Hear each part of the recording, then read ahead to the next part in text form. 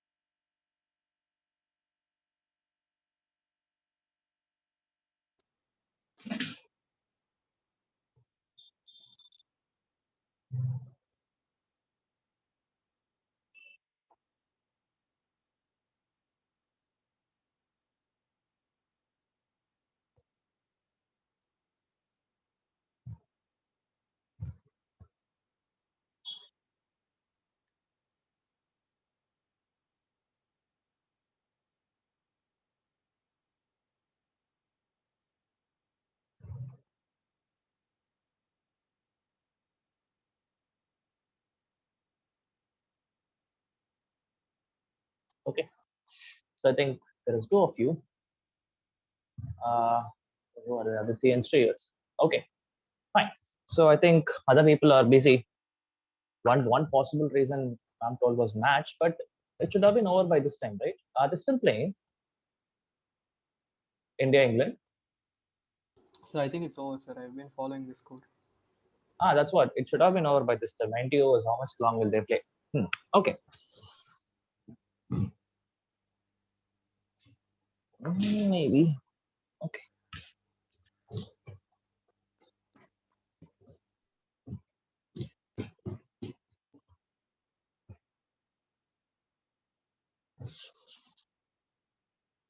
Okay, so if we're doing chemical kinetics, we'll continue. We'll continue with the problems.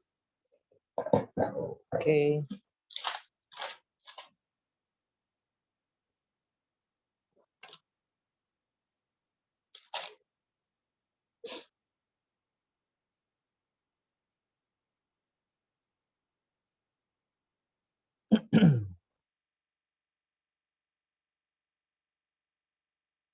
Okay.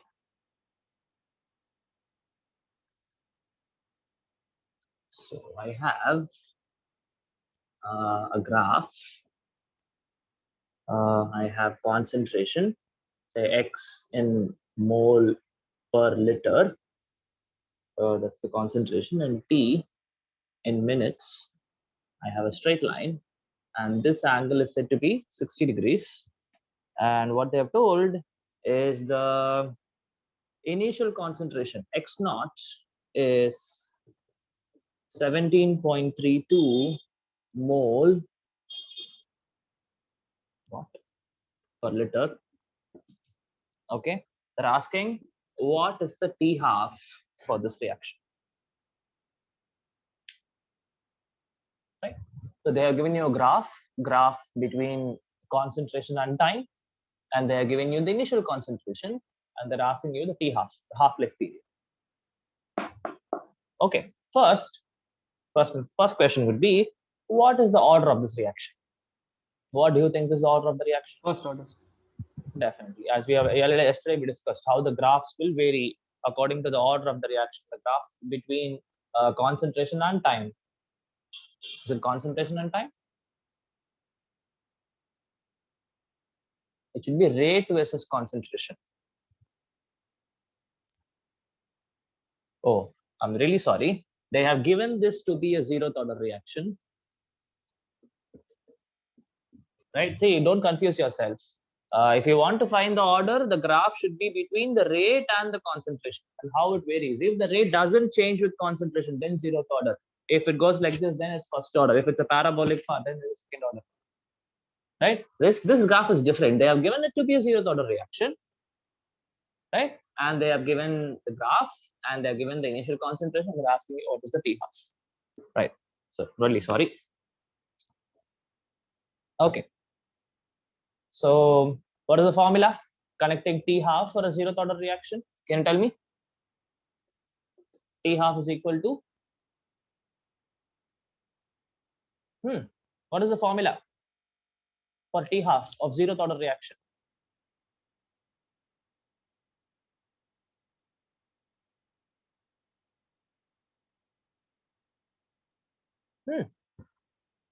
You wrote exams, or even if you didn't write, you should have listened to the classes. A naught by 2k. Yeah, correct. So it will be R naught or A naught, whatever it is, by 2k. This is the formula for T half of a zeroth order reaction. I hope you remember for first order, it's 0.693 by k. Sir. Correct. For first order, it is 0.693 by 2. Yeah, right. Then if they have one more equation also, I have say R naught or R is equal to R naught minus KT. This is the equation of a zeroth order reaction. Correct. So you have to remember two things, two equations for zeroth order and first order. What is the equation for the zeroth order and what is the T half?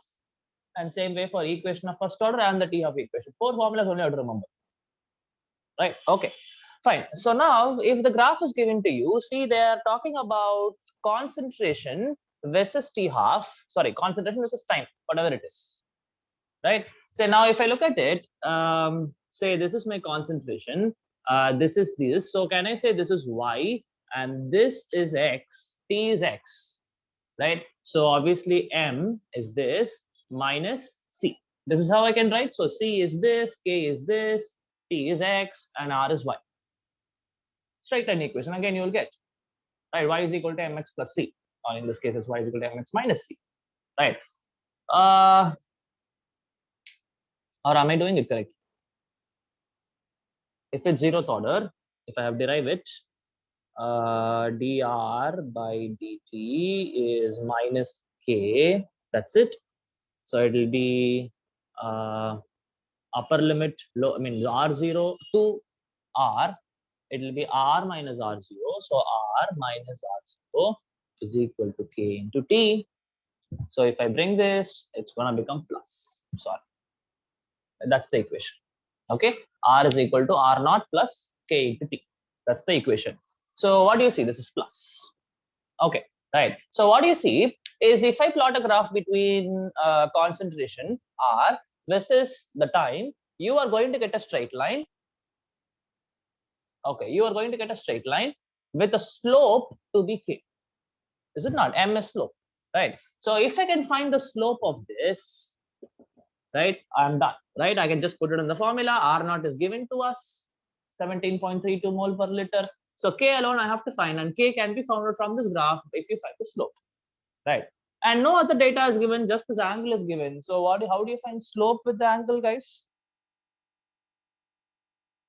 How do you find slope of the? Right. So slope is basically going to be the tan of the angle which makes with the x-axis, right? So tan 60, what is the value? Root You 3. must be knowing it. Root 3. Okay. I really don't remember. I can calculate. Sine 60 would be root 3 by 2. Root 3 by 2. And cos 60 would be 1 by 2. Okay, fine. So it's root 3. Yeah.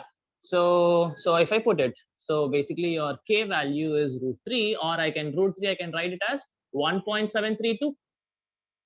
Basically root 3 value is 1.732. So the thing which I have given here is to make a calculation easier. Okay. So if I put it in the t half equation, 17.32 divided by 2 into 1.732. So this one gets cancelled. So 5 10 by seconds. becomes 5 seconds.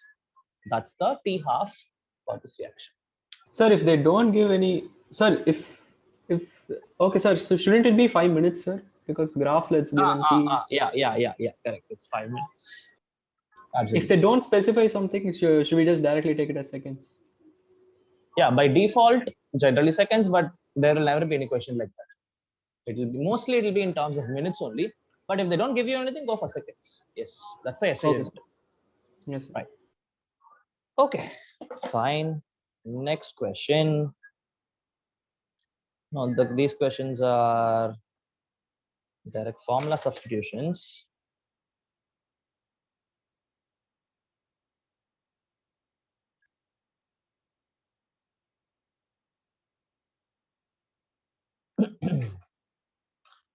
Okay, maybe we'll do one formula substitution just to make you okay with it.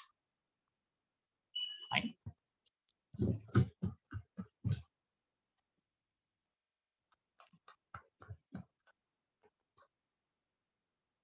Right.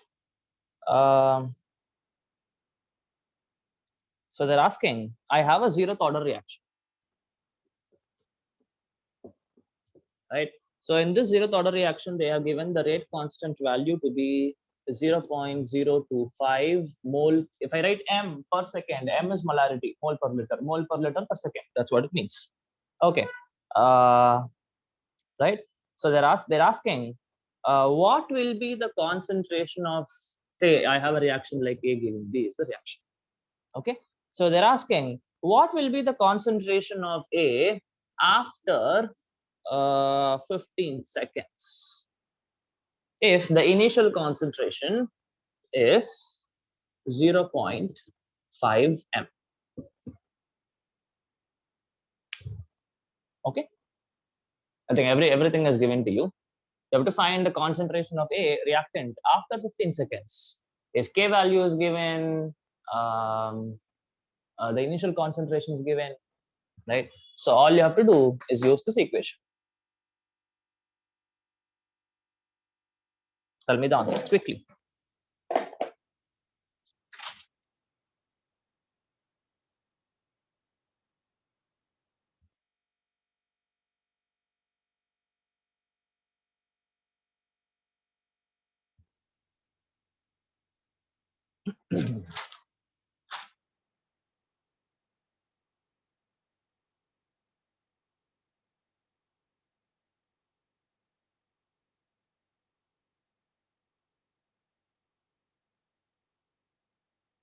0.125 molar.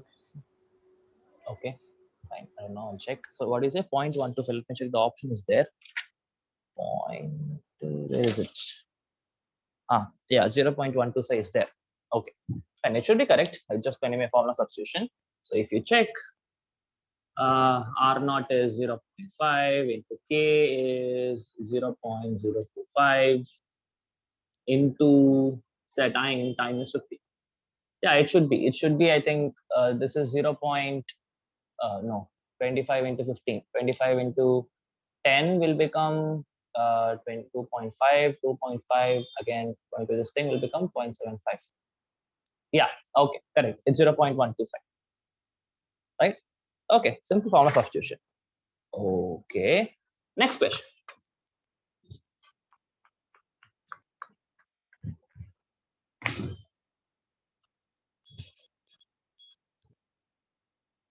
Right. Next question is, I have a first order reaction. Okay. So in a first order reaction, what they're saying is, initially I had 0.8 m and it became 0.4 m in 15 minutes. Okay. Right. So from 0.8 m to 0.4 m, it took 15 minutes. So what they're asking is, if I want to go from 0.1 m to 0.025 m, what is the time taken?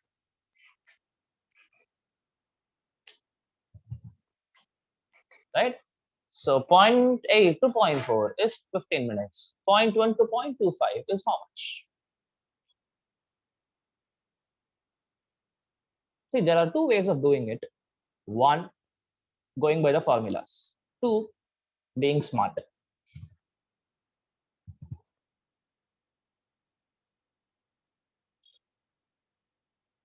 So is the answer 30 minutes by any chance? Yeah, it is. Then I'm Right. smart. Yeah, you are. Okay. So the thing is, see here, so this is 0.8, this is 0.4. That means 50, basically 50% of reactant has completed into product. That's what it means. So whatever time is given here is basically my T half. Okay, right? Remember, okay, so that is one thing you have to remember.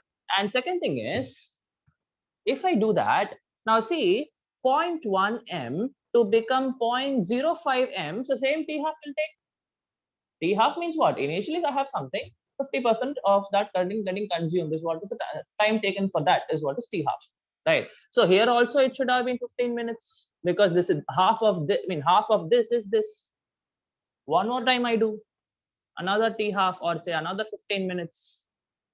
I keep it is going to become 0.025 m, right? So for 115 minutes, second 15 minutes, so totally the answer would be 30 minutes.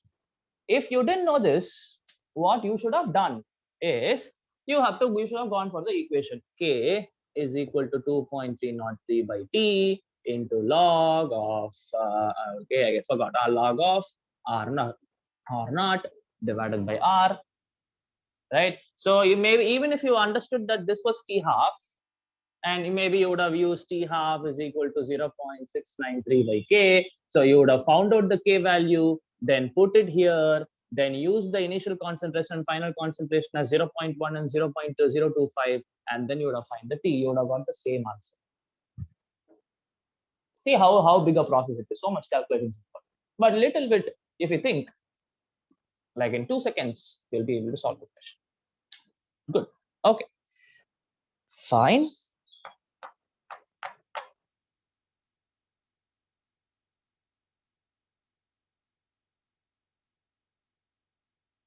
Okay. Go to the next question.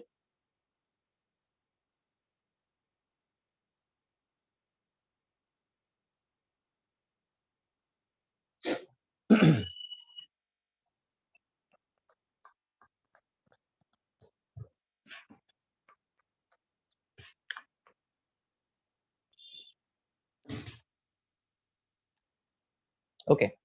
So the next question is, they have given, this is a first order reaction.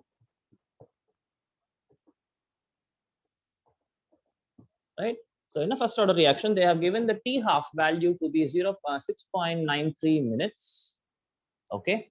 And they're asking, what is the time required for 99% completion of this reaction? Right? What is the time required for 99% completion of this reaction? Right? Go for it. So I think this kind of problems you should have solved in NCRT. Again, direct formula substitution. It's two formulas. One for T half, another, both the formulas are written here. One is this, another is this.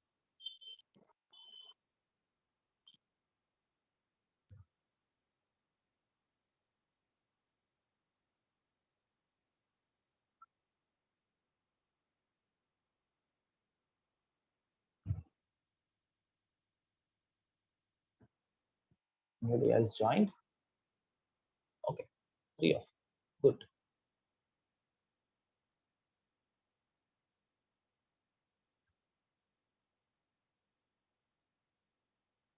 Sir, have they given any log values, sir? In the question? Yeah, log 2, you should know log 2 value. Anyways, it's given in the question. Log 2 is 0.3010.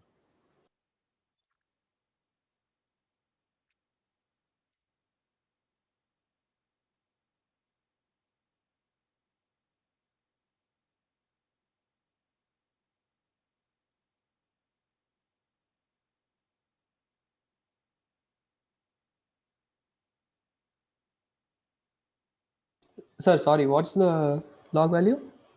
Log 2 value is 0.3010. Ah, okay, okay, okay. Sir.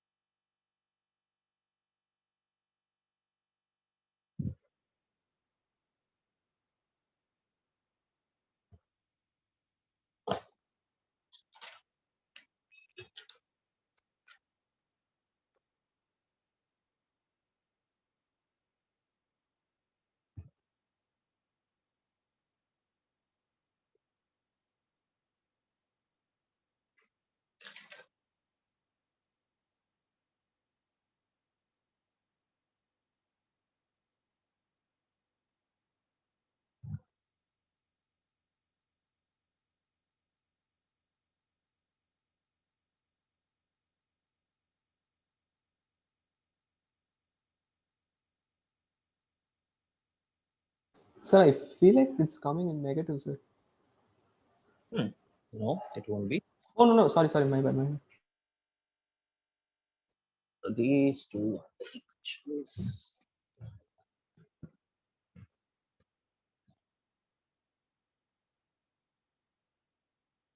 So Harini and Aditi, I hope you're trying. Sir, 29.96. 29.96. No, like I think there's some calculation mistake. Let me check. Right. So if I calculate K first, K will be 0.693 divided by 6.93, which will become 0.1. Okay. Right. Fine. So now if I go, they're asking you what is time required for 99% completion. So that would be 0.1, that is K divided by 2.303. Actually, you can do this calculation a little bit easier.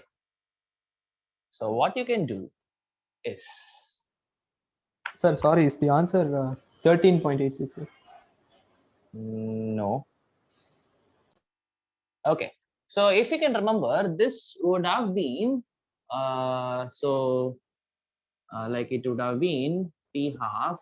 If I just derive it, okay, fine. Well, I don't want to confuse you. So fine, 0.1 divided by 2.303 into log of 99% completion. So initially I would have had 100, assuming. Okay. initially you would have had 100% or 100 molecules. Now, after 99% completion, only one would be remaining.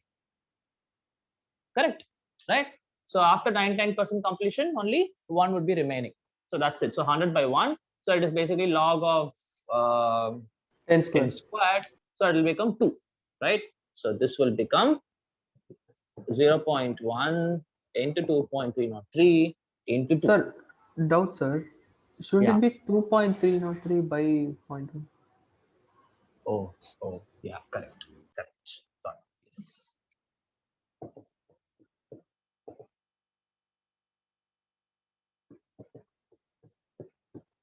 Right. So 2.1. So it will become 23.03 into 2, which will become 46.06. That's the answer. 46.06. Are they talking in terms of minutes? Yes. Sir, I took log 2 by for no reason, sir. Yeah. So why they have given log 2 is because for this, we generally remember the easy formula 0.693 by k. But some schools or some institutes do not teach it that way. They'll remember it as some ln 2 divided by k. So that ln 2 into 2.303 will only become your what is that 0.693 if you can remember the calculation. So anyways, right? So log 2 was actually unnecessary. So direct answer will be 46.06 minutes. Okay.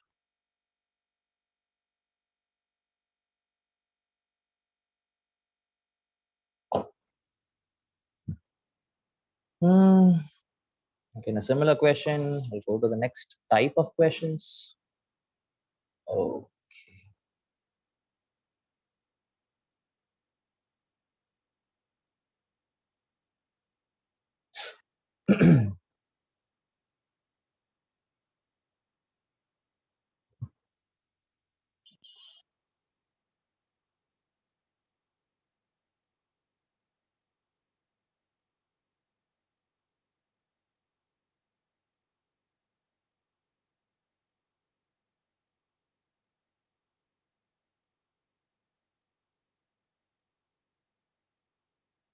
Okay.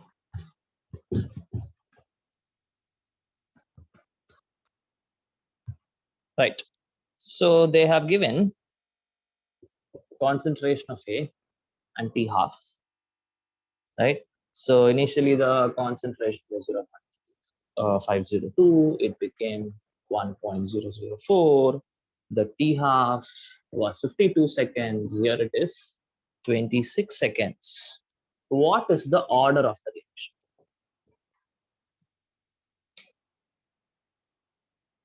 Say all these are given in terms of words. That's because I don't want to dictate it and when you write waste time. So that's why I made it a question like this. So this is the for the reaction A giving B.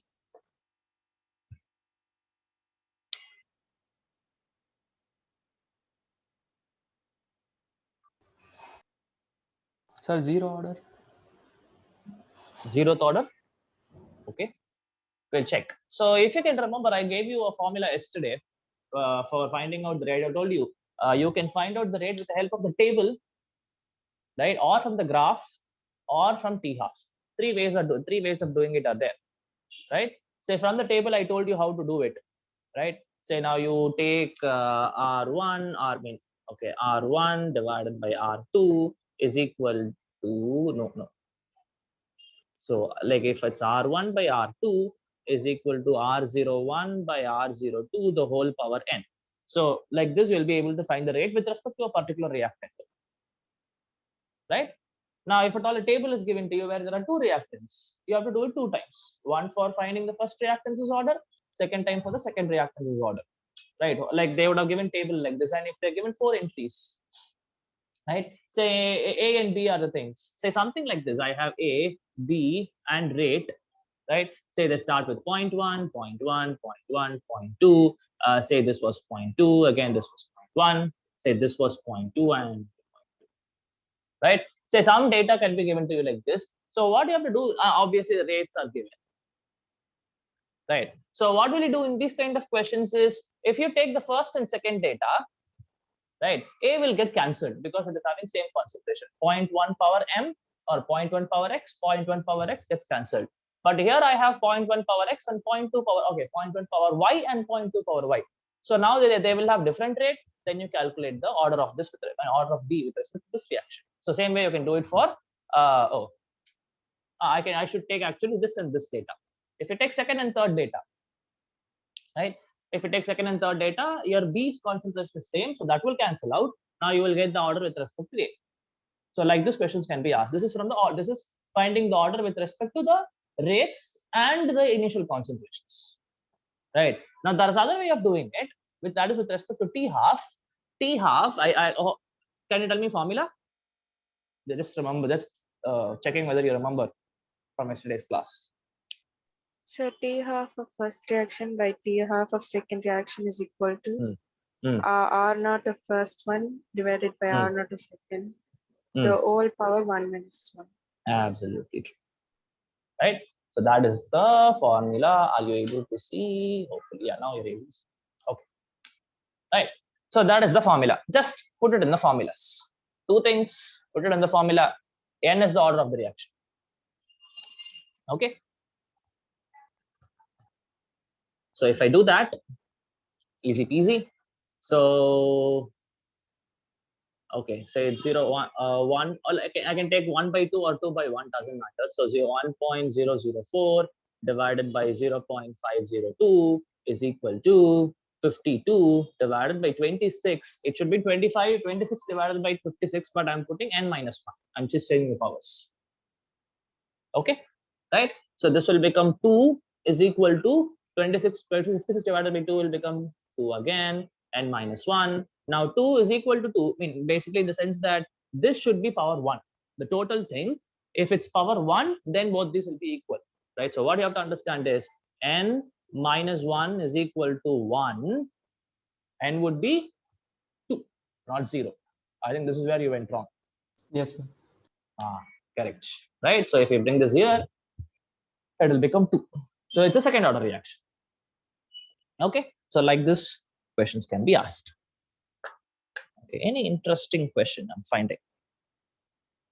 There is one interesting question, but solving that will take another half an hour. We will not do that.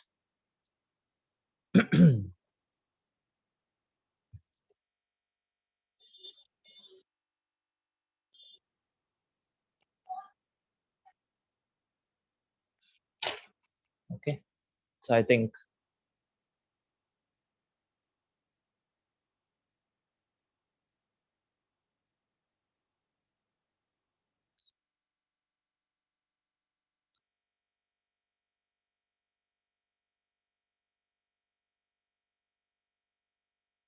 yeah, should be fine. Right. Okay, so that is about your zeroth order, first order. How do you find the order of the reaction, right? And with the graphical questions, how will you answer? All these things we saw. So now we'll go for your Arrhenius equation. So you asked me to teach it. So let me do that because that was not there.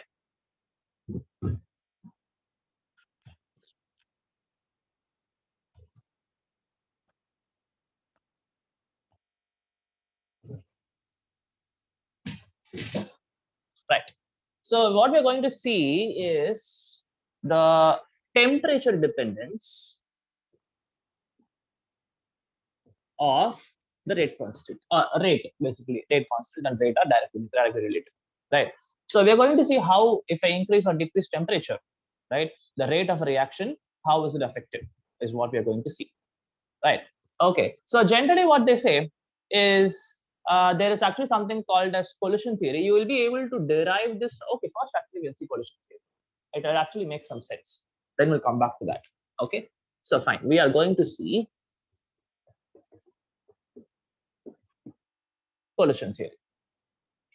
Okay, so what, like this theory actually tells me how exactly a chemical reaction happens. Okay, right, fine. So what it tells is that say if I have two reactants, A and B, giving products, or say if I have only one reactant, or how many other reactants you have, right? Now these reactant molecules are going to collide with each other, right? They're going to collide with each other, right? Say if I want to bring the picture here, say now I have A and B separately, right? Now they will come together, right? Now they will form a complex something like this, some A plus B, I write it as a star. This is the intermediate, or you can call it as transition state. I'll tell you what is the difference between intermediate and transition state later. So this can be called as intermediate or a transition state, right? Now this will eventually undergo some process to form the final product. Okay, right? So this is what the collision theory says. So I need to have the A and B. They have to collide with each other. They should form the, actually this, if I forgot, use a technical term, this is what is called as my activated complex. Right, the intermediate in technical terms is what is called as your activated complex. So A and B should collide together to form the activated complex, and this activated complex will eventually form the products. That's what the collision theory says. But it is not as simple as this, right? So it's not like whatever be the case, whatever be the conditions, if they collide, I'll form products. It's not like that, right? So there has to be some conditions which has to be followed for the collision to be successful. For a successful collision. Successful collision. Right? So what do you mean by successful collision? A collision which ends in product. That is what I mean by a successful collision. Right? So for a collision to be successful, right? So there are two things, only two conditions. One is I should have some minimum energy possessed by the reactant molecules. Right, there should be some minimum energy threshold energy, how you have in photoelectric effect, right? Only if you give little higher than threshold energy, then only you'll be able to see photoelectric effect. Just like that, there should be some minimum energy possessed by this reactant molecules in order for them to form the intermediates, or the activated complex, right? Okay. Second thing is that there should be proper orientation.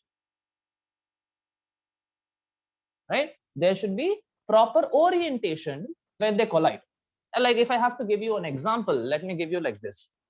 Say I have NO reacting with O3 to form NO2, something.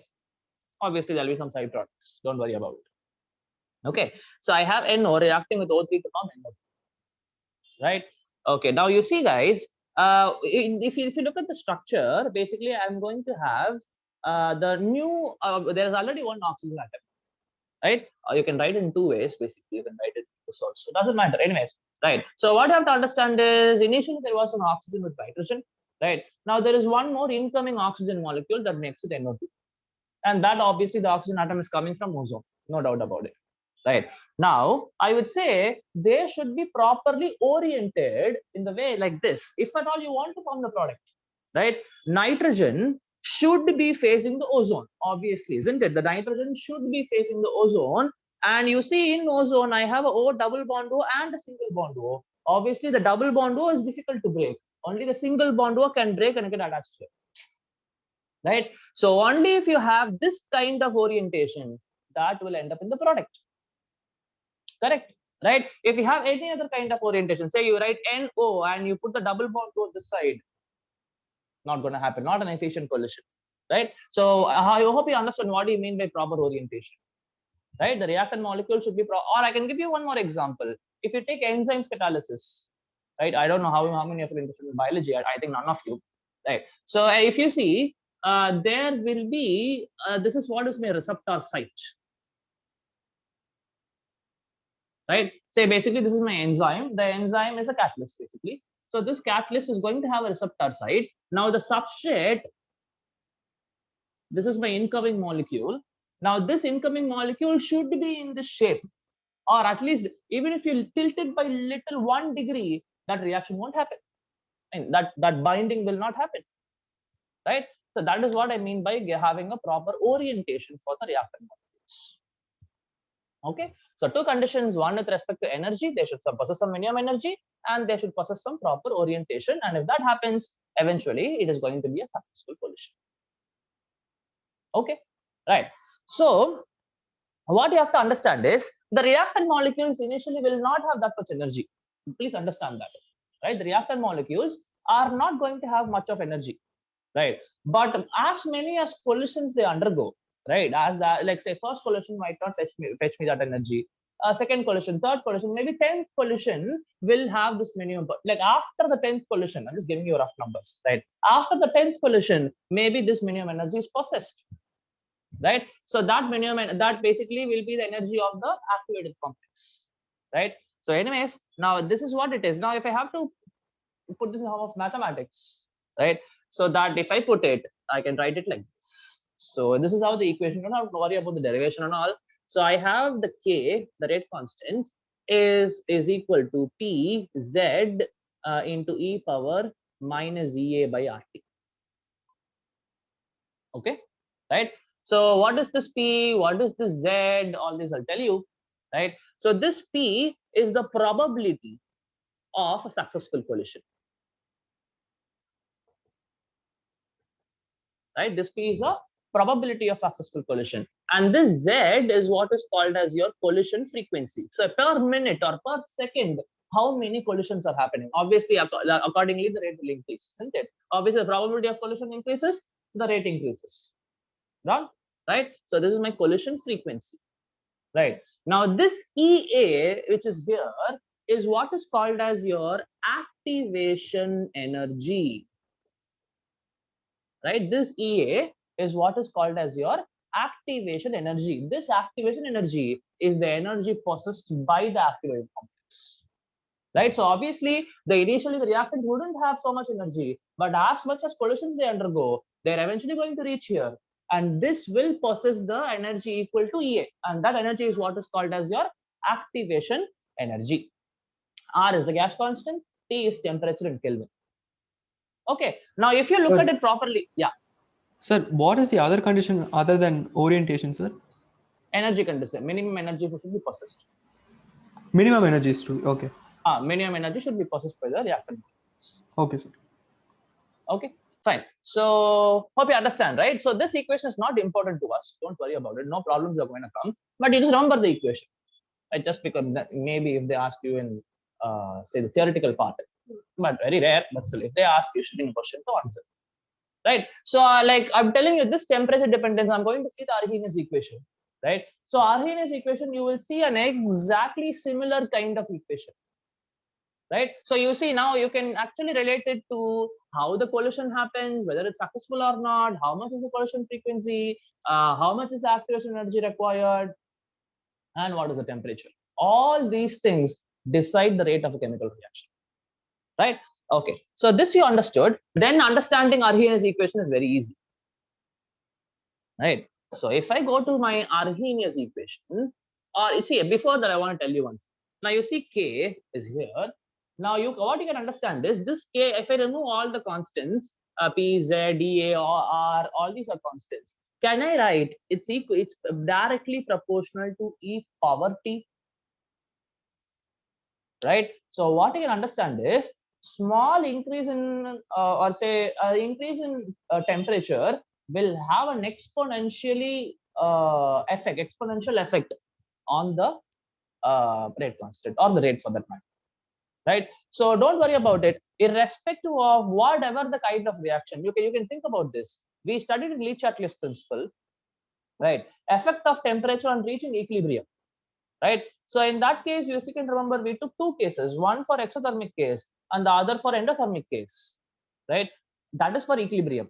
But here, irrespective of whatever the type of the reaction is, whether it's exothermic or whether it's endothermic, you increase the temperature, you will increase the rate. Okay, if you increase temperature, you will increase the rate no matter what. I'll prove it to you now. With the help of this Arrhenius equation, I'll prove it to you, right? How the graph is going to come and all that, right? So it doesn't matter what kind of reactions you have, whether it's exothermic or endothermic. If you increase temperature, rate constant or the rate will increase no matter what. Okay, right. So this I wanted to tell you. Next, if I go for my Arrhenius equation, okay. So if I go to my Arrhenius equation, I told you it's going to be a similar equation like this. So I have K is equal to A into e power minus EA by RT. This is what you have to remember. Right? So in this case, this A is what is called as your pre-exponential factor. right? This A is what is called as your pre-exponential factor, or it is called Arrhenius constant, whatever you want to call it. This is a constant value, which is independent of temperature. Okay, now you can see this e power minus Ea by RT is here also, right? Okay, so this is the equation. So now what I want to tell you is in the form of a graph. I want to explain the same things what I told you in the form of a graph. We'll look into it.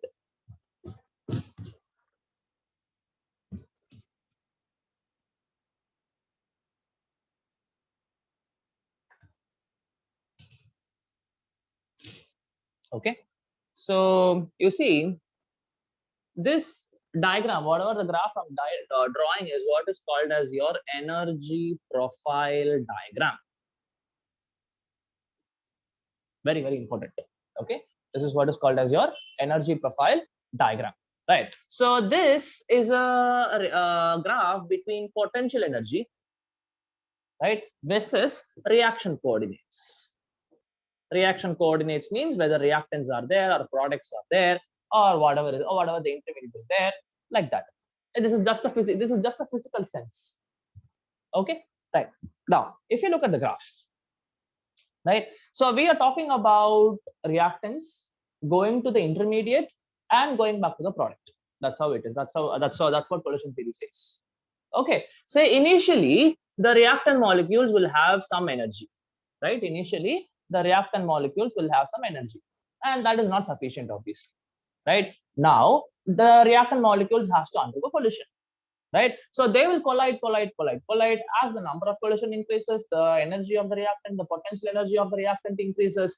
So you will see that there will be a increase in the energy of the reactants because they are undergoing collision, right? Now if they have enough amount of energy, right, if they have enough amount of energy, they would have formed, basically they will be forming a peak like this, and at this peak, this is my reactance. So this particular thing is what is my transition state, that is your activated complex. Okay, right. Then once we form the activated complex, now the product formation starts, right? Now the product formation starts. Now say this is the final energy. This is the final energy of products. Okay, now please understand this and this, they have some energy difference. We'll talk about everything, don't worry. This should not, basically this should not be in the same line. That's what I'm telling. Reactants energy and products energy should be different. Okay, right. So what you understand is reactants had very less amount of energy, the collisions happened, so the energy got increased, they formed the transition state, and the product formation has started. Okay, now this energy, whatever I have here, this is also an energy value corresponding to the activated complex. This is what is called as my activation energy, EA. Right. So how will you calculate the activation energy? This difference between the energy of the reactant and the transition state's energy, this is what is called as my activation. Not this entire thing. No, not from zero you calculate. Right. It is from the reactant energy to the activated complex energy. That difference, that energy barrier, it's also called as an energy barrier. Right. This energy barrier has to be crossed no matter what, whatever be the type of reaction. Okay, right? So this corresponding energy, corresponding transition state is what is my activation energy. Okay, right. Now there are other things you have to understand here, right? See, assume that this reaction is reversible, right? Say R giving P is reversible, right? So you go from R to the transition state, that is my energy, or whatever I write here, I write it as EA forward. That is the energy required for the forward reaction. Right, activation energy for the forward reaction. Now if you look at this, P is here. Now if at all I want P to form the reactant, that is product to form the reactant, again you see energy, the energy barrier has to be crossed. Again see the product has to go to the transition state and then come back to the reactant. Now again in this case, this difference in energy between the product and the transition state is what is my energy of activation energy of the backward reaction, EAB. Right? So please understand, this is what I'm trying to tell you. Whatever be the type of reaction. Now from this you can see, whatever be the type of the reaction, this energy barrier has to be crossed no matter what. Okay, right?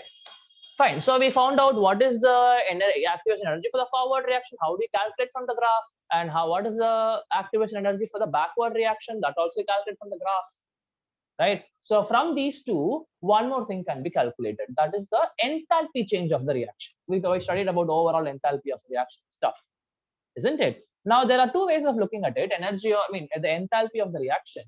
Now what is it? Whatever is the initial potential energy of the reactant, or say whatever is the final potential energy of the product minus the initial potential energy of the reactant. That's how it is.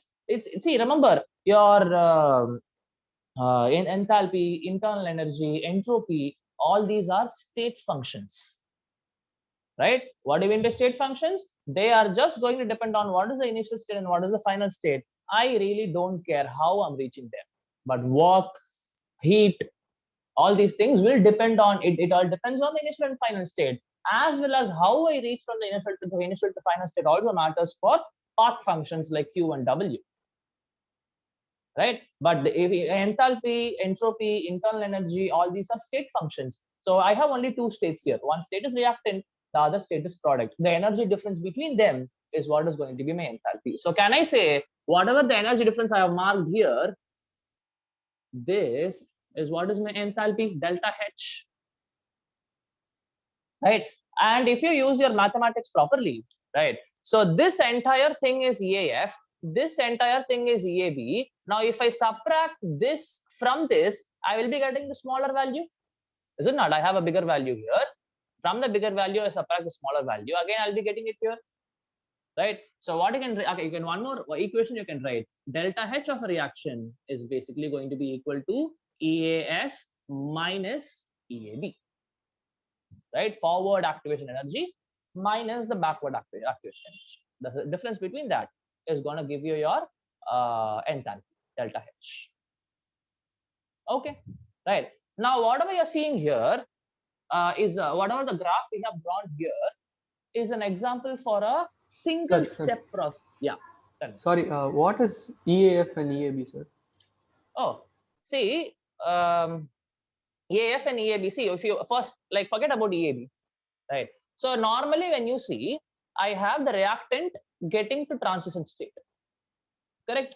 And obviously you see there is an energy barrier here. The energy barrier has to be crossed. Only then the transition state is formed, and after the transition state, the product formation starts, right? So the difference in energy between the reactant potential energy and the transition state's energy, this is the activation energy, right? The transition state energy is what is the activation energy, right? So the difference between these two is what is my forward activation energy. So basically for R to form the transition state, how much energy is required is what is my EAF. Now, assuming that the reaction is reversible in the sense that even P can form R, right? If I want to go from this side to this side, right? So what you have to do, again, products, same thing, whatever happened to the reactant has the same happen to the product. Now the product has to go to the transition state. Obviously, it has to cross the energy barrier, right? So obviously now this is the energy of products, and this is the transition state. The energy barrier is the activation energy, and in this case, it is going to be EAB, backward activation. Okay, sir. Yes, sir. Yes. Okay.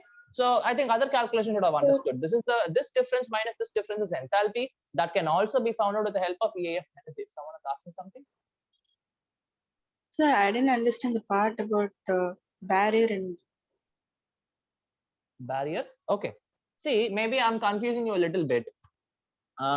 You forget about the what to say. You see energy barrier. What do you mean by energy barrier? Initially, I have the reactant molecules, right? Now they have to go to the transition state, and they cannot go just like that, right? So there is obvious energy difference between the reactants, which is having lower energy, and the transition state, which is unstable, so it will definitely have higher energy, right? So from going here to going here, that is from the reactant, if it has to convert to the transition state, right? Now this barrier means basically the difference in energy has to be supplied. Hope you understand what I'm trying to say. That is what is called as the energy barrier. Energy barrier is the energy difference between your transition state and the reactant. Yes? yes, sir. So EAF here is the barrier energy. Yes, EAF is the barrier energy for the reactant to become the transition state. and EAB is the barrier energy for the product to become the transition state. If it's go ulta, products giving reactants. This one, backward reaction. Yes, I got Sir, it. so the transition state is like a reference line, sir. If it is not a reversible reaction, then there is nothing like that. But if it's a reversible reaction, yes, you can keep it as a reference point. Okay, sir. Okay, right. Fine. Same. Now this whatever we wrote here is for a single step process. Right, this is a single step, reactants going to product, and in between you can ask, there are two steps, right? One forming the transition state and the transition state forming the product, right? That is actually one step. Now if I want to take an example, I can take the example of an SN2 reaction. I know SN2 reaction is a single step process, we have already mentioned it, right? So what happens there, I have an Rx, say I have a nucleophile. Now this is going to attack, so I will have R, you write it in the form of a dotted line, correct? Nucleophile X, and eventually this bond completely cleaves, this bond completely forms, so this will eventually form the product R nucleophile. Right, now you see, this is the reactant, this is the product, and this exactly is what is my transition state which you're talking about. This exactly is the transition state which you're talking about, right? So you cannot consider this as one step, is it not? Eventually it's like this, like this comes in and this goes out, right? But just because you want to understand the mechanism, right, reactants will definitely have lesser energy, products will have lesser energy because they're stable, but this is highly unstable, and that is the reason why it is having a very, very high energy. Okay, right. Now you can ask me another question, sir. From the reaction, from this energy profile diagram, right, will I be able to understand whether the process is reversible or not? Yes, you can. Say, look at this. Say I have potential energy, this is the reaction coordinate, right? Now say this is the energy of the reactant, and this is the energy of the product. Okay, whatever it is. Right, now another case, I'll say potential energy, say now this and this. Okay, now you see from the graph, just think and tell me, this is the difference here and this is the difference here. Okay, so just think and tell me which reaction is more favorable for a reversible reaction. Which reaction do you think is reversible and which is not, from these two options if they give you?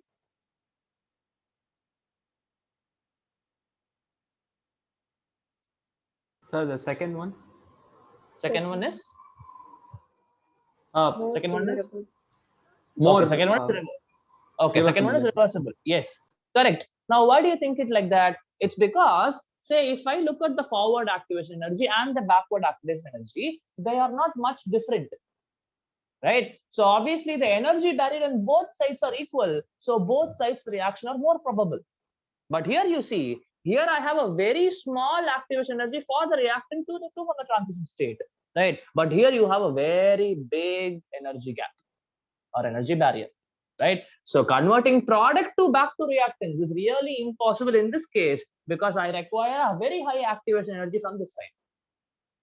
Okay, I think now all your points are clear. What is energy barrier? What is EAF? What is EAB? How do you calculate the enthalpy? And how do you decide whether the reaction is going to be reversible or not? I hope all the points are clear.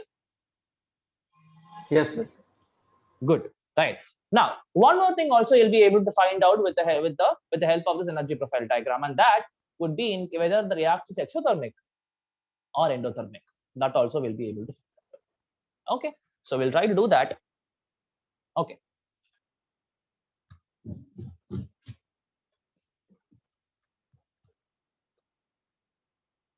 Right. So like you can do it mathematically, or you can look at it in conceptually also, but I would prefer mathematically because that is a little easy to understand. Right. Say now, if I draw a reaction like this, now I draw two graphs.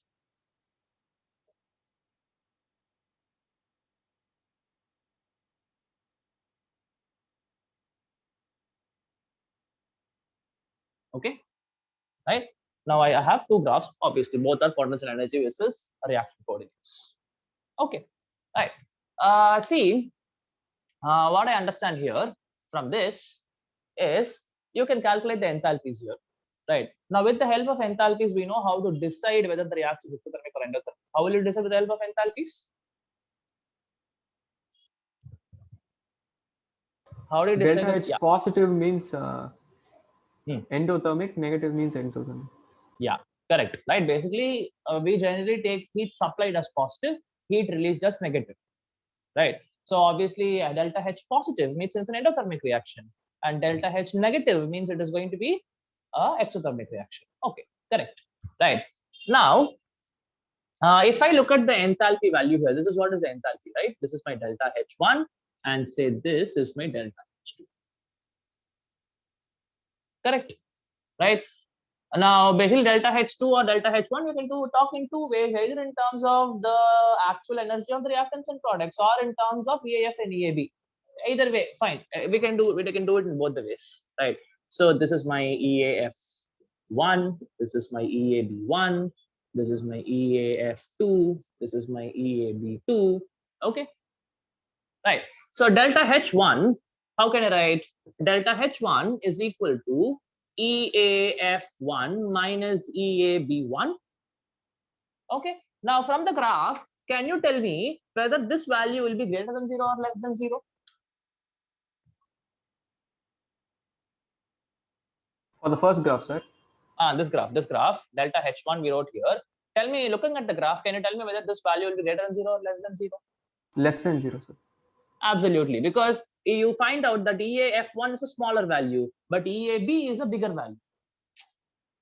Isn't it? EAF is a smaller value, or you see that EAB is a bigger value. So you will definitely see this is going to be less than 0, indicating that it is going to be an exothermic chemical reaction. Okay. Now, if you look, okay, maybe I'll talk in terms of reactants and products. Okay. So now you see, it is basically going to be a delta. This thing is equal to energy of products minus energy of reactants. Products minus reactants is what we generally do. Correct. Right. Now, what do you see? The products energy is this much. The reactants energy is this much. Right. Now, which is higher? Obviously, the reactants energy is higher than the products energy. So again, what do you see? This is lesser, this is higher. So again, this will be lesser than zero. Are you understanding what I'm saying? This is the product energy, which is lesser. And this is the reactant energy, which is greater. So smaller minus greater will always give you a value lesser than 0, negative value. Right. So either way you see, with the help of the enthalpy values of the absolute enthalpy makes no sense. It doesn't, it's just a physical logic I'm trying to give you here.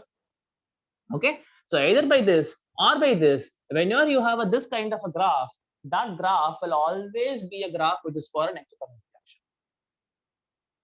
Okay. Now let us talk with the help of logic, say scientific concepts we'll try to speak. Right. So in an exothermic reaction, right? In an exothermic reaction, what happens? Energy is getting released. What do you mean by that? What I mean by that is that initially the reactants had so much amount of energy, right? So during the formation of products, they are going to give back the energy, right? So products, reactants, which is going to have higher energy, initially reactants had higher energy, and the products are actually going to come out along with the energy coming out of the reaction. So products are going to have lesser energy, right? So that's what you mean here. The energy of the reactant is greater than the energy of the product. That happens in an exothermic chemical reaction, and exactly ulta you will see in that plot, giving all the values to be greater than 0, and the same logic works there, right? The same thing you write here, delta H2. So this graph is for an exothermic reaction. This graph we now will understand is going to be for an endothermic reaction. So delta H2 will be EAF2 minus EAB2. Now you see EAF is longer, EAF is larger than EAB2. So definitely this value is going to be greater than 0. Or you look at in terms of energy, it will be energy of products minus energy of reactants for enthalpy. So you see the energy of products is greater than the energy of the reactant. So again, you'll see that is going to be greater than 0. Okay. So if like depending on which is higher or which is lesser, you will be able to say whether that particular reaction is going to be exothermic or endothermic. Okay. Right. Now that is another thing. Next thing is, will I be able to see how many steps the reaction takes? Okay. Now this is the minimum thing you can get. This is the minimum. This is the one single step process, right? Now if it's gonna give you, may say, 2 steps, right? Now if you have 2 steps, if say before that, if you have single step, right? I told you there is a difference between transition state and intermediate, isn't it? Right?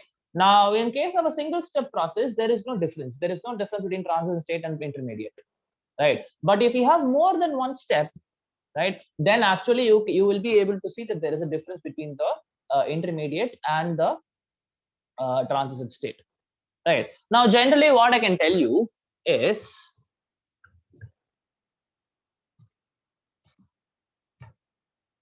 right, what I can tell you is, the intermediate's energy, or I would say intermediate energy, is going to be little lesser than the transition state energy. I'm talking in terms of energy. If I talk in terms of stability, intermediates are going to be more stable than the transition states. Sorry, than the transition states. Okay, right. So let us take, maybe I'll give you the graph first, how the graph is going to look for say double step, 2-step process. This is how it's going to look. Say reactant, product, something like this. Okay, right. So let us try to understand what is happening. We'll take an example, a good example. We'll take SN1 reactions. We know it's a 2-step process, isn't it? First is the formation of carbocation, and the carbocation forms the product. And we call carbocation as an intermediate, not a transition state. Okay, so let me explain you. So I have an Rx. Okay, now this Rx, this bond starts to cleave. This is my transition state 1. Okay, now this bond completely cleaves to form Rx. Sorry, R plus X minus. X minus I don't want. This is my intermediate. Okay, now what is going to happen? Now the nucleophile is going to come. Right, now I'll write it here. Now this R plus and the nucleophile minus will start making the bond. That is my transition state 2. And eventually they will form the product. Okay, so what is the basic difference between what we are seeing here and what we saw in that mechanism is transition state 1 and transition state 2 you wouldn't have mentioned in that case, because it's understood, isn't it? Right, but we would have mentioned definitely this intermediate. Correct, right? So now you're able to understand basically when the bond is about to form or when the bond is about to break, that in between state, the bond is not actually formed, broken. That in between state is what is my transition state, right? And an intermediate is a stable species like a carbocation or a carbanion or a free radical, but not as stable as compared to the reactant or product. That is for sure, right? So now, if you look at the graph, right, you see whichever, say, obviously this is the reactant and this is the product, no doubt about it. All the other things are having higher energies, right? So you see, whenever you have a peak like this, that peak always represents a transition state. This is my TS1, and wherever you see a valley, right, now that you can see that obviously the energy of the valley, or say the energy of this point, is lesser than here. Or obviously, even if you compare it to this point is going to have a lesser energy. Is it not? Right? So this point talks about the intermediate, and this point talks about the transition state 2. Transition state 2. Right? So hope you understand what do you mean by 2-step process. Reactant forming the intermediate is the first step. Intermediate forming the product is the second step. That is what we mean by a 2-step process. Right? In a 1-step process, we don't consider the transition state at all. It's not even a stable thing to consider. Reactants to form product is 1 step. That's it.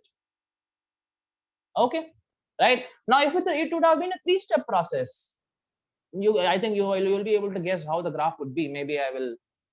Sir. So the graph you drew, sir, that is how many steps, sir? 2-step. This is a 2-step process. Sir, wouldn't it be like reactant to transition 1 to transition 2? Yeah, reactant to transition 1, transition to intermediate, intermediate to transition 2, transition 2 to product. Right? I accept. Yes, sir. But reactant to whatever involved in transition state, I don't consider a step. That's what I mean. Oh, okay. Reactant to transition state is not a step. So reactant to intermediate is one step. Exactly. Intermediate to product is another step. That's it. Okay. Okay, sir. Okay, sir. Right? Whichever steps involve transition state, do not consider as a step. That's why we didn't consider here. We've seen a single step process. Reactant forming products. That's it. Yes, right? sir. Okay. So if it was a 3-step process, what would have happened? Say reactants, products, 1, 2, 3. Something like this. Right? You can even have higher, like you see the consecutive transition state energy is decreasing, but you can even have sometimes higher amount of energy for complex reaction, conformational translations. Like you have so many things. Okay. So what you have to understand is this is TS1, this is TS2, this is TS3, this is intermediate 1, this is intermediate 2. That's what you need to understand. So if I have to give you in a nutshell, remember the peaks corresponds to the transition states, or I would say the number of peaks corresponds to number of transition states, and number of valleys. You know what is a valley? Coming down, 2 mountains meeting, like the down part is what is a valley. So number of valleys talks about the number of intermediates, right? And you can also see the number of peaks is going to talk about the number of steps. Oh yeah, number of steps of the reaction. If you have only 1 peak, single step reaction like this. If you have 2 peaks, 2-step reaction. If you have a 3 peaks, 3-step reaction. So like that also you can say. Okay, right? So it's pretty important, very, very important. This energy profile diagram, Arrhenius equation is very important. Okay, right. What is the time? 16. Okay, I'll complete this. Okay, so tomorrow we'll do problems on this. Right. So any questions, guys? Any questions from whatever we saw? So what have you written? Number of valleys is? Number of valleys is number of intermediates. Ice intermediates. Someone else is asking something? Okay. Cool. So what you have to understand is, people, this A and EA, the pre-exponential factor and your activation energy are independent of temperature. They are not going to depend on temperature, right? But how is it that from the equation we can definitely see, right? But how is it that if I increase temperature, the rate of the reaction is increasing? That we have to understand, isn't it? Now, please understand, if I increase temperature, I'm supplying more energy for the reactant, right? So the problem with any reaction will become slower is because of the energy barrier. Now you understand. Any reaction, why is it taking even little amount of time to get completed? Is because the reactants has to cross the energy barrier, right? So what I can tell is, if I supply some temperature, if I supply some energy, right? So basically, I am increasing the potential energy of the reactants, right? So the number of molecules, right? If I increase temperature, right? If I increase temperature, number of reactant molecules crossing the energy barrier.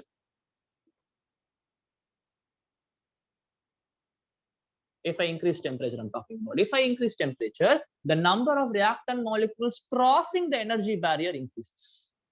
That's what you need to understand, and that is why the reaction becomes faster. Say if I had 5 degrees Celsius, say assume 10 degrees Celsius. Okay, say in 10 degrees Celsius, only 2 molecules are able to cross the energy barrier, right? But if I make it 20 degrees Celsius, now say some 5 molecules or 6 molecules will be able to cross the energy barrier at a given amount of time. It's obviously with respect to time you're speaking, in 1 second, something like that. Okay, and that is the reason why you see there is a increase in the rate of the reaction.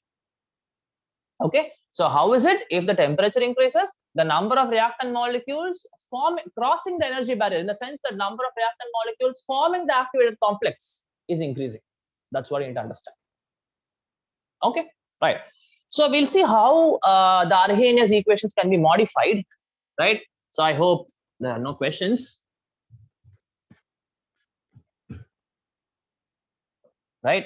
So if I want to compare how the rate is changing with respect to temperature, two different temperatures, how the two rate constants will be different, we'll try to see that. Okay. Now I know the equation. Yeah. So it's basically like we are increasing the potential energy of reactants in the form of temperature. Yeah, that's how it is. Yes. But Yes. see, it's not like this. Please understand.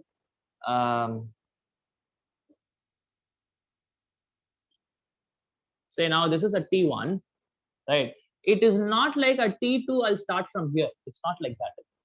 It's not like the graph is going to look like this. No, right? It is, you are telling like I'm increasing the energy of reactants. Not exactly. Like what I'm, hope you remember Maxwell's distribution curves. Maxwell's distribution of velocities. Do you remember the graph? I'll draw it. So there was a graph like this. I had number of molecules possessing velocity. This was the graph, if you can understand, right? So there was a graph like this, something like this. This is a T1, right? Now when I increase temperature to a higher temperature, the graph became like this. Am I right?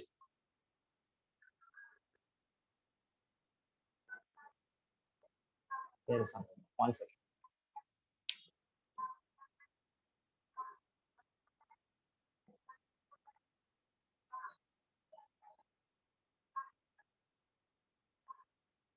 This.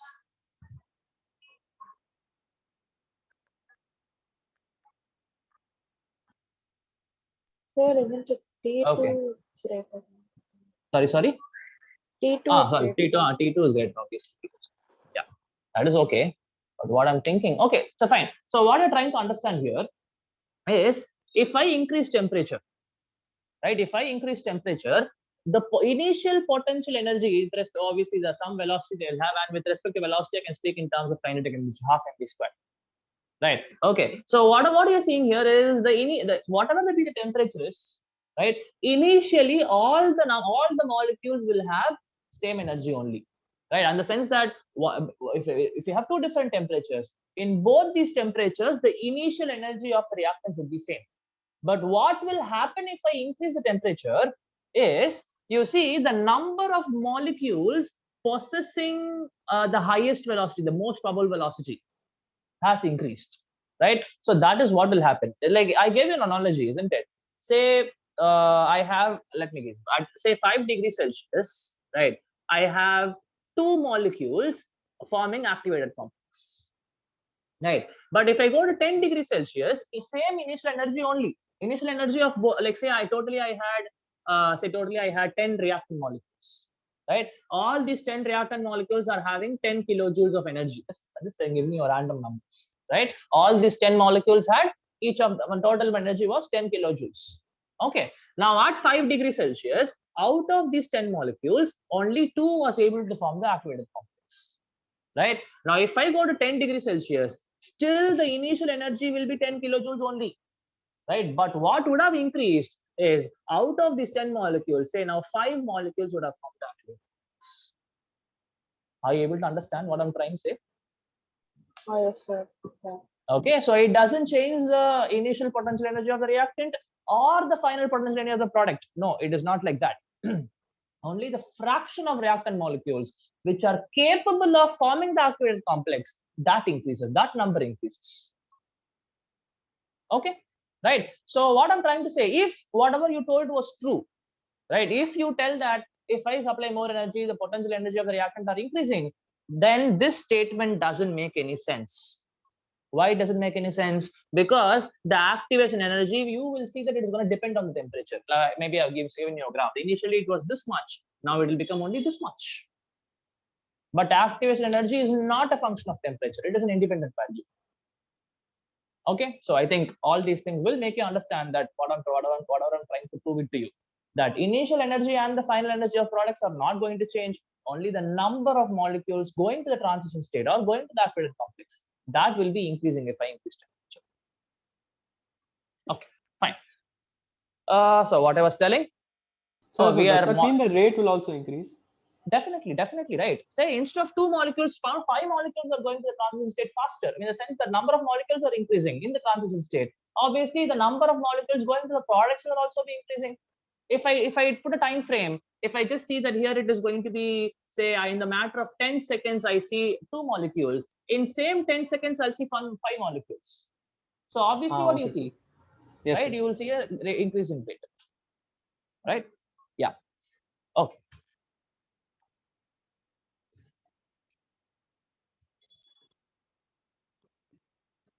Okay. So we will write the equation K is equal to E power minus EA by RT. Right. Now we'll take log on both sides. Right. So if I take log, first I'll take ln K is equal to ln A. Basically, log of AB will become log of A plus log of B. So now you know ln and E are inverse functions. Sine and sine inverse. Sine of sine inverse x is basically going to be x. Just like that. Ln of E power x will become x. So ln of this term will become the same term. So it is going to become EA by RT. Okay. Right. So maybe if I want you, I don't want now. This is log A. Right. So I don't want lawns. I don't want natural logarithms. I mean, I want e powers. I want only in terms of 10 powers. Right. Same natural logarithms. I'll multiply this by 2.303. So multiply this by 2.303, multiply this by 2.303, and divide everything by 2.303. You'll be getting this equation. Log K is equal to log A minus EA by 2.303 RT. Hope you understand how this came. Okay, this 2 would have been multiplied by 2.303, 2.303. This would have had nothing. I divide the entire equation by 2.3. Now you'll end up with this equation. Right. Now, why did we go for this? Why did we go for this? Is because this is going to fetch me a straight line. Right. How do you, in practical situations, how do you find this A? How do you find this activation energy is actually from the graph. Right, because you know R is going to be a constant. This is a constant. So temperature and K is what the rate will be able to measure practically. Like we have measurements, we can do that. Okay, temperature obviously you can measure, but what you cannot measure is the activation energy and the A value. Okay, so now you see, if I plot a graph between log K versus 1 by T, hope you understand. This is my Y, this is my C. EA by 2.303 R will become M, and this 1 by T will become X. So it's like Y is equal to M. Okay, right? So that's why log K versus 1 by T. Now what you see is a negative slope, right? So negative slope, and this intercept, that C, is what is my log A value. And if you take the slope of this line, that is going to become minus EA by 2.303 R. Very, very important. You can get questions from this also from graph. Okay, so the slope of the line, log K versus 1 by T will give me minus EA by 2.303 R, right? And the intercept is going to give me log A, right? What is the time? Okay, cool. So that is one thing. Now, if at all I have, this is one thing. So if I have two different temperatures, I'll have two different rate constants, right? So I can write it like this: log K1 is equal to log A. This is a constant value that is not going to change, minus EA, again not going to change, by 2.303 R T1 at T1. Same way, I have log K2 will become log A minus EA by 2.303 R T2. Right? Now what I do, I subtract these two equations. Okay, so log of K2 minus log of K1 will become log of K2 by K1, because log A minus log B is log of K by A by B, right? So now if you do it, I'm sorry, I hope you took the graph.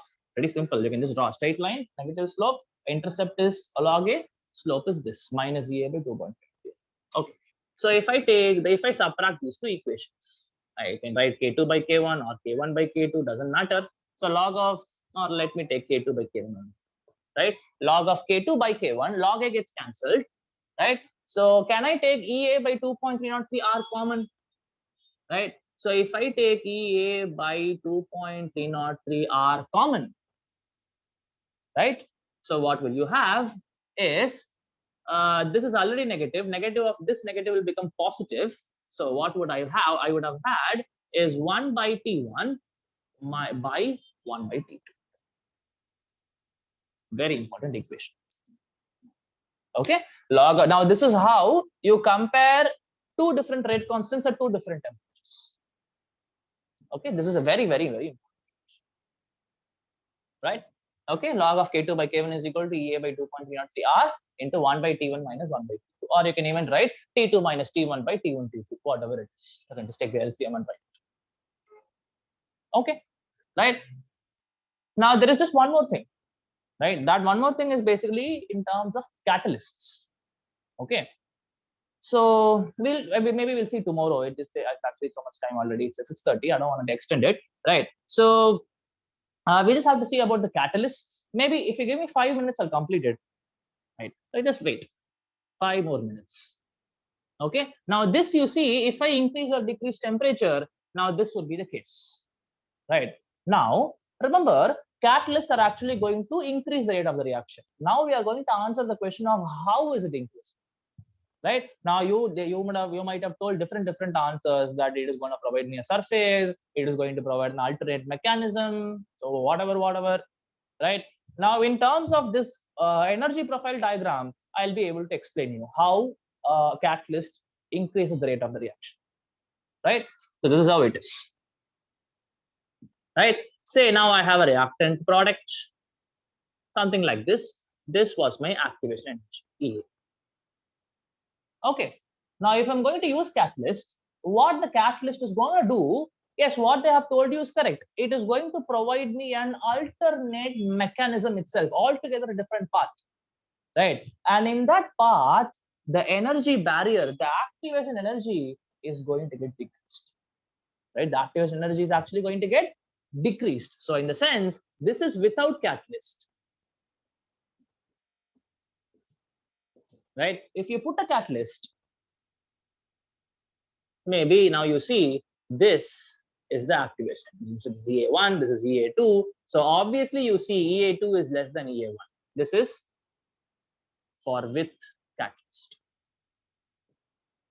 Right? So catalysts are going to provide an entirely different mechanism. And in that mechanism, there is not much energy barrier. The activation energy was decreased when compared to the case where I didn't have any catalyst. Okay, right? Fine. So hope you understood this. This is a very simple thing, right? Sir, now, so can we also say yeah. that when a catalyst is introduced, the reaction becomes more reversible? Again, depends between, see, okay, look at this. If you put a catalyst, again, you are not changing this value, you are not changing this value. Correct? And reversibility will depend on what? Reversibility will actually depend on these two energy differences. If the energy difference between these two is little small, then it is reversible. But if the energy difference between these two is pretty large, then what do you say? It is not going to be reversed. Right? So what you have to understand is catalyst does not give me that, because it cannot change the initial potential energy of the reactant and the final potential energy of the product. That it cannot do. Oh, okay. What okay, you can say is, it may say if it's a reversible reaction, it will make sure that both the forward reaction as well as the backward reaction gets faster. That I can say. Right? But if I cannot say that if it is an irreversible reaction, right? Whether I can make it to a reversible reaction, the answer is no. Why? Because the initial energy of this and the final energy of this are not changing. That's the reason. Okay, sir. Yes, sir. Okay, right. So what you understand is the only change that is going to happen if I put catalyst is there is going to be decrease in activation energy. Nothing else is going to change, right? So if I write the Arrhenius equation in the logarithmic forms, say log K1, this is the initial without catalyst, right? Say this was log A minus EA1, first activation energy, this is for without catalyst, divided by 2.303 R T. Temperature is not changing. Correct. Now, this is for without catalyst. Sir? Yeah. Can we also say that with the use of catalyst, the barrier energy has come down. Yes, obviously, activation energy. What is barrier energy? Right? Yes, sir. Yeah. So this is one thing. So now if I put catalyst with catalyst, what will happen? Now the rate would have increased. K2 is higher, right? So log K2 is log of A minus EA2. Now the activation energy would have gotten decreased, divided by 2.303 into R into T. Same thing, same temperature, right? Now if I again subtract these two equations, if you subtract these two equations, again log A gets cancelled.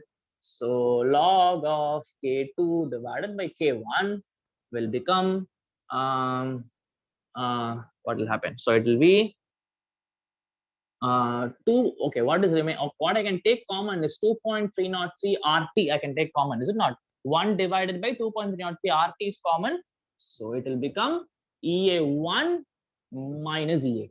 This is how much the rate will be increasing. This is the ratio of the rates, log of the ratio of the rates, obviously, right? If I put a catalyst, EA1 was without catalyst, and obviously EA2 will be lesser because I have put the catalyst now, right? So this is the equation for catalysts, and this is the equation for temperature increase or decrease.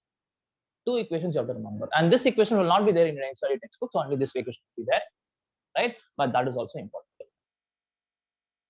right? So I'll stop with this for today, right? Tomorrow we'll do problems on all this. Problems are very easy. Only understanding the concept is a little there and there, but problem solving is very easy.